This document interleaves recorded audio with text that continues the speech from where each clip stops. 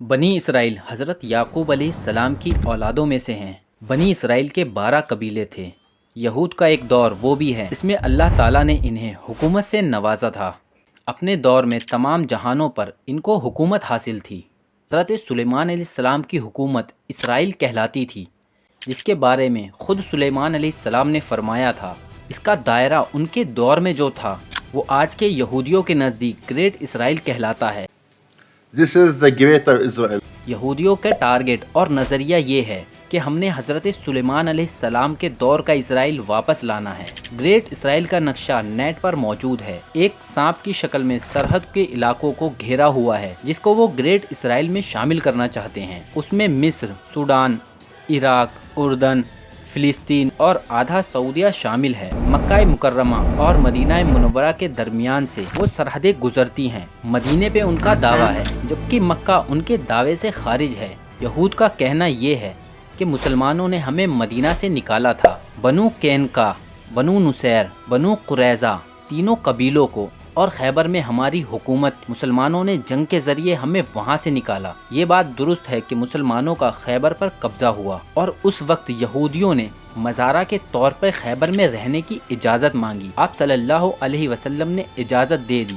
پھر حضرت عمر رضی اللہ تعالیٰ عنہ کے دور خلافت میں انہیں خیبر سے جلا وطن کر دیا گیا۔ یہود کا کہنا ہے کہ مسلمانوں نے ہمیں مدینہ اور خیبر سے نکالا تھا، اس لیے خیبر بھی ہمارا حصہ ہے اور مدینہ بھی ہمارا حصہ ہے۔ گریٹ اسرائیل کے نقشے میں مدینہ منورہ اور خیبر شامل ہیں اور یہ ان کا اصل ٹارگٹ ہے کہ ہم نے قدیمی اسرائیل بحال کرنا ہے۔ قرآن کریم نے ان کے عروج کا دور بھی بیان کیا ہے۔ حضرت یعقوب کا دور، حضرت یوسف علیہ السلام کی بادشاہیت، پھر حضرت موسیٰ علیہ السلام کے ذریعے ان کی بادشاہیت بحالی، بنی اسرائیل کا فرعون کے ظلم سے نجات حاصل کرنا اور یوشع بن نوح کی قیادت میں بیت المقدس فتح کر کے کو دوبارہ اپنی ریاست بنانا۔ پھر حضرت طالوت اور جالوت کی جنگ کا بھی قرآن کریم نے ذکر کیا ہے۔ اس جنگ میں ان کو فتح کے بعد حضرت داؤد کی بادشاہیت قائم ہوئی۔ حضرت طالوت نے اپنا جانشین بنایا تھا اور داماد بھی دوبارہ ریاست قائم ہوئی۔ پھر داؤد علیہ السلام کی جانشینی حضرت سلیمان علیہ السلام کے حصے میں آئی اور وہ پھر عظیم ترین سلطنت بنی۔ اس کے سامنے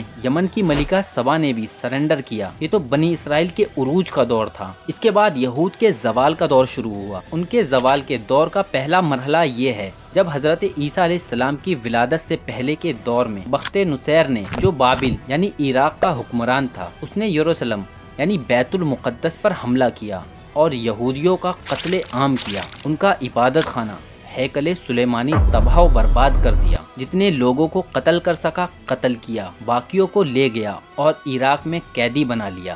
اور یہی بستی ہے جس کا ذکر قرآن میں آیا ہے۔ ایران کے بادشاہ نے عراق کے خلاف ان کی مدد کی۔ اس وقت یہ دوبارہ بحال ہوئے اور یروشلم ان کے قبضے میں آ گیا۔ بیت المقدس دوبارہ تعمیر کیا گیا۔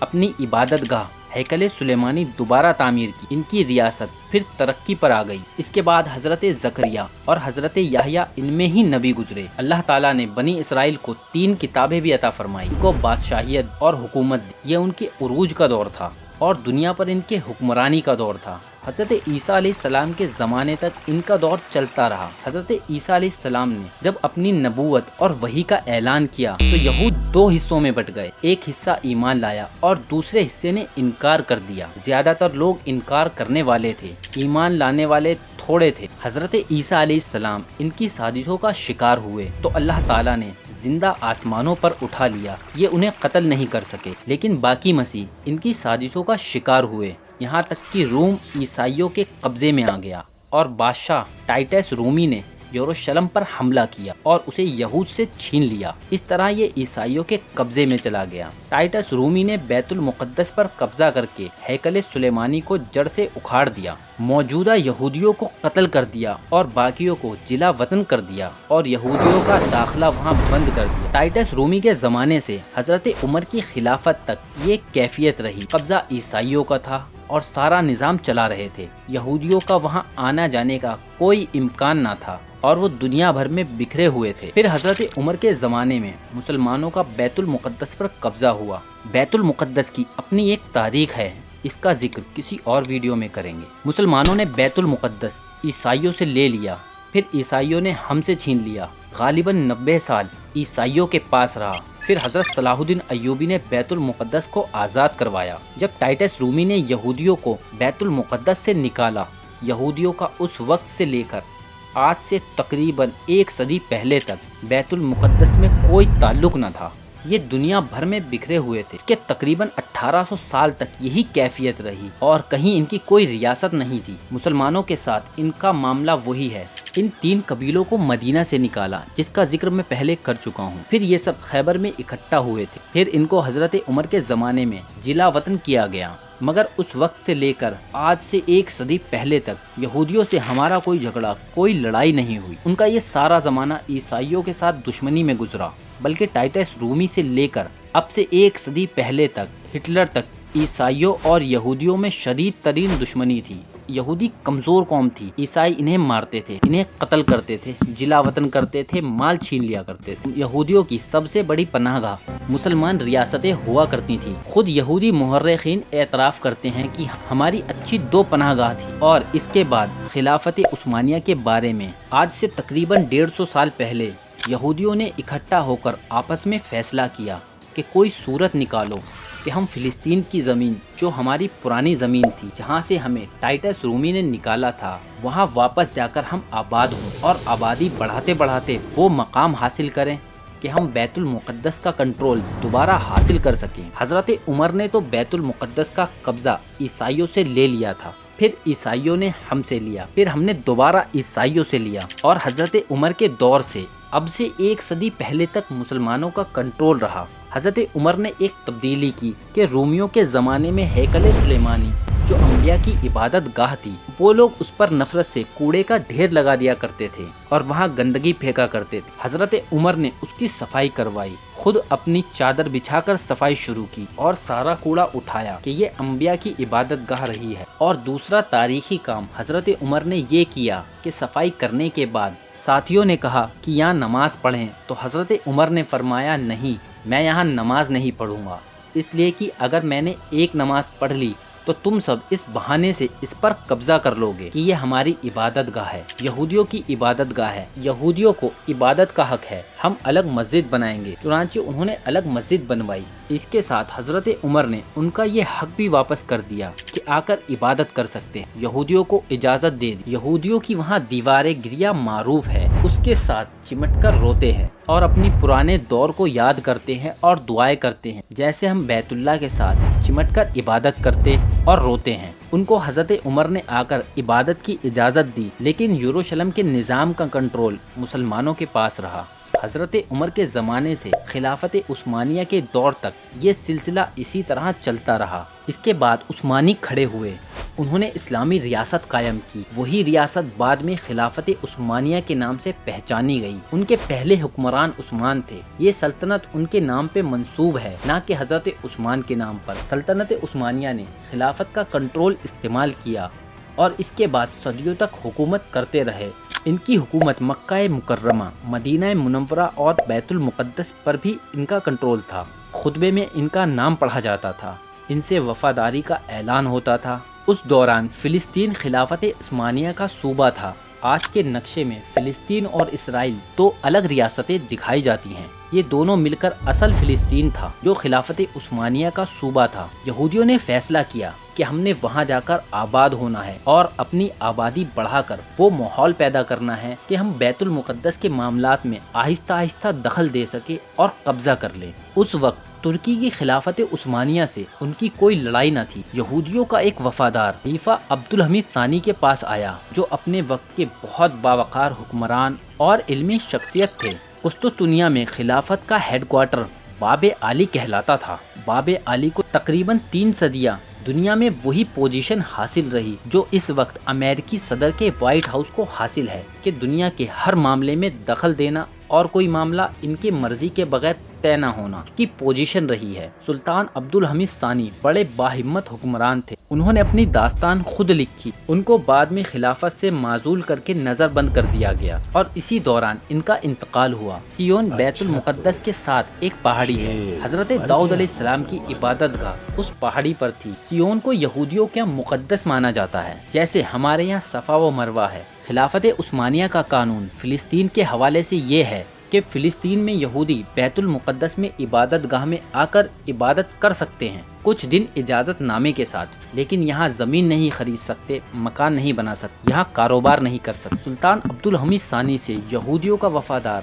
ہرتزل اس کا لیڈر تھا۔ اس نے سلطان سے درخواست کی کہ ہمیں اجازت دے دیجئے کہ ہم تھوڑی بہت تعداد میں فلسطین میں آباد ہونا چاہتے ہیں، آپ اس قانون میں تھوڑی لچک کر کے ہمیں وہاں رہنے کی اجازت دیں۔ سلطان عبدالحمید ثانی کہتے ہیں کہ میں نے انکار کر دیا کیونکہ ان کا سارا منصوبہ میرے ذہن میں تھا، یہ وہاں کرنا کیا چاہ رہے ہیں۔ اگلے سال وہی شخص دوبارہ آیا اور اس بار پیترا بدلا۔ یہ بات آپ کے ذہن میں ہونی چاہیے، دنیا میں زیادہ تر سائنسدان یہودیوں میں سے ہیں۔ انہوں نے کہا کہ ہم انٹرنیشنل سائنس یونیورسٹی بنانا چاہتے ہیں، سارے سائنسدانوں کو وہاں اکٹھا کریں گے، سائنس کی ترقی کے لیے ہم بڑا منصوبہ رکھتے ہیں، آپ ہماری سرپرستی فرمائیں اور ہمیں فلسطین میں جگہ دیں، اس سے آپ کو بھی فائدہ ہوگا اور ہمیں بھی فائدہ ہوگا، اور ہم آپ کی سپورٹ کے لیے تمام یہودی سائنسدانوں کو وہاں اکٹھا کر دیں گے۔ سلطان عبدالحمید ثانی نے کہا ٹھیک ہے، سائنس کی ترقی کے خاطر میں آپ کو جگہ بھی دوں گا، خرچہ بھی دوں گا، سپورٹ بھی کروں گا اور آپ کی پشت پناہی بھی کروں گا،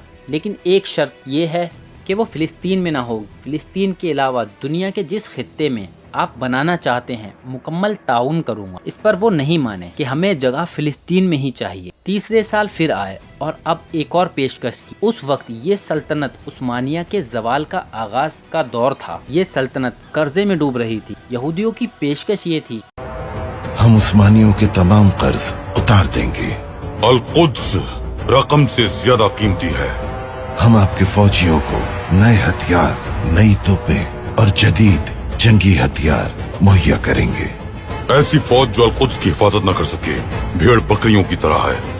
القدس دنیا کی ہر اس چیز سے زیادہ قیمتی ہے جس کی آپ بدلے میں پیشکش کر سکتے ہیں۔ اب سلطان نے انہیں غصے سے نکال دیا اور کہا کہ آج کے بعد میں آپ سے ملاقات نہیں کروں گا اور مجھ سے آپ توقع نہ رکھیں کہ میں فلسطین میں آپ کو 1 انچ بھی جگہ دوں۔ یہ دور تھا 1910 عیسوی سے 1920 عیسوی کے درمیان کا۔ کے بعد سلطان عبدالحمید کے خلاف ترکی میں تحریر چلی اور پھر انہیں خلافت سے معزول کر کے نظر بند کر دیا گیا۔ سلطان عبدالحمید نے جب آخری جواب دیا تو یہود برطانیوں کے پاس گئے۔ انہوں نے مسلمانوں سے مایوس ہو کر فلسطین کو اپنا قومی وطن بنانے کے لیے برطانیوں سے رابطہ کی، برطانوی حکومت سے درخواست کی کہ ہم آپ سے صلح کے لیے تیار ہیں۔ یہ فرسٹ ورلڈ وار کا دور تھا۔ یہودیوں نے کہا کہ ہم آپ کے جنگی اخراجات برداشت کریں گے، آپ فلسطین پر ہمارا حق تسلیم کریں، آپ فلسطین میں ہمیں ہمارا حق دلائیں اور یہ اعلان کریں گے کہ فلسطین یہودیوں کا قومی وطن ہے، اور یہ وعدہ کریں کہ اگر اس جنگ عظیم کے بعد فلسطین کا کنٹرول آپ کو حاصل ہوا تو ہمیں وہاں آباد کرنے اور اسے اپنا وطن اور ریاست بنانے کے لیے سہولیت فراہم کرائیں گے۔ اس کے لیے 1917 میں باقاعدہ معاہدہ ہوا، برطانوی وزیر کے ساتھ ان کا معاہدہ ہوا۔ اس میں لکھا کہ ہم فلسطین کو یہودیوں کا قومی وطن تسلیم کریں گے اور ان سے وعدہ کرتے ہیں برطانیوں کو جب بھی موقع ملا ہم یہودیوں کو فلسطین میں بسانے اور ریاست قائم کرنے کے لیے سہولیت دیں گے۔ فرسٹ ورلڈ وار میں ایک طرف جرمنی تھا اور دوسری طرف برطانیہ، اٹلی، فرانس وغیرہ سب محتاط تھے۔ خلافت عثمانیہ اس جنگ میں جرمنی کے ساتھ تھی، جرمنی کو شکست ہوئی، خلافت عثمانیہ کو بھی شکست ہوئی۔ محتاط یورپی فوج نے جرمنی پر قبضہ کر لیا اور خلافت عثمانیہ پر بھی کر لیا۔ ترکی کے مختلف علاقوں پر کسی حصے پر فرانس گھس گیا، کسی میں اٹلی اور کسی میں برطانیہ گھس گئے۔ فرسٹ ورلڈ وار کے بعد شکست والے علاقے آپس میں تقسیم کر لیے۔ اس تقسیم میں جو کہ برطانیوں نے پہلے سے یہودیوں سے وعدہ کر رکھا تھا تو برطانیوں نے کوشش کر کے فلسطین اپنے حصے میں لے لیا۔ اس طرح ترکی کے پیچھے ہٹنے کے بعد فلسطین برطانیہ کی آبادی بن گیا، برطانوی گورنر وہاں بیٹھا دیا گیا۔ یہ بات سن 1916 عیسوی سے سن 1917 عیسوی کی ہے۔ اس کے بعد برطانیوں نے اعلان کر دیا کہ دنیا بھر سے جو یہودی یہاں آنا چاہیں آ جائیں، ہماری طرف سے اجازت ہے۔ وہ قانون کہ یہودی فلسطین کی زمین نہیں خرید سکتے منسوخ کر دیا گیا اور اجازت دے دی کہ یہودی یہاں زمین خرید سکتے ہیں، یہاں کاروبار کر سکتے ہیں، مکان بنا سکتے ہیں۔ اس کے بعد 1424 عیسوی میں ترکی سیکولر ملک بن گیا، عربیوں کی ریاست الگ الگ بن گئی، سعودی الگ، اردن الگ، عراق الگ۔ اب فلسطین بیار اور مددگار تھا، برطانیوں کے رحم و کرم پر تھا۔ برطانیوں نے یہودیوں کو بیلفور معاہدے کے تحت فلسطین قومی وطن کے طور پر حوالے کرنے کا فیصلہ کیا۔ اس کے لیے انتظامات ہوئے اور یہودی آنا شروع ہو گئے۔ جب برطانیہ نے قبضہ کیا تو بتایا جاتا ہے اس وقت فلسطین میں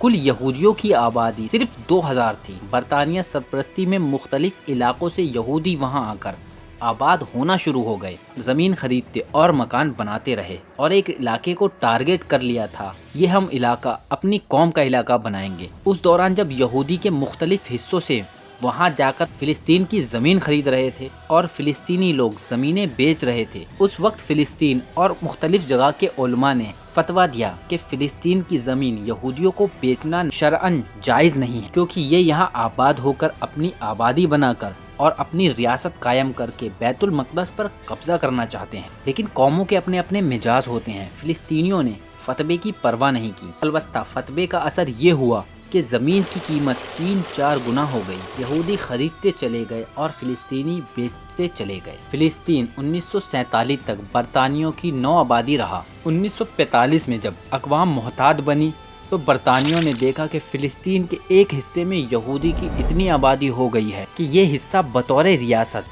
انہیں دلوا دیں تو یہ ممکن ہے۔ برطانیوں نے اقوام متحدہ کو درخواست دے دی کہ میں فلسطین سے جانا چاہتا ہوں، لیکن یہ چاہتا ہوں کہ اس مسئلے کا حل کر دیا جائے، جس حصے میں یہودی زیادہ آباد ہیں وہاں یہودی ریاست اسرائیل قائم کر دی جائے۔ چنانچہ اقوام متحدہ نے 1947 عیسوی میں فلسطین کو 3 حصے میں تقسیم کر دیا، ایک حصہ اسرائیل، دوسرا حصہ فلسطین، تیسرا حصہ بیت المقدس۔ بیت المقدس پر عیسائی بھی دعوے دار ہیں۔ بیت الحم کے حوالے سے بیت الحم سے مراد مکاناً شریعہ، یعنی جہاں حضرت عیسیٰ علیہ السلام کی ولادت ہوئی، یہ بیت المقدس کے چند کلومیٹر کے فاصلے پر ہے۔ یہ عیسائیوں کا قبیلہ ہے۔ مسلمانوں کا بھی دعویٰ ہے مسجد اقصیٰ کے حوالے سے، یہ سنہرا گنبد دکھایا جاتا ہے، یہ مسجد صخرہ کہلاتی ہے، مسجد اقصیٰ الگ ہے۔ اور یہودیوں کا ہیکل سلیمانی کے حوالے سے دعویٰ ہے۔ 3 قوموں کا فلسطین پر دعویٰ ہے اور یہ تینوں جگہیں الگ الگ ہیں۔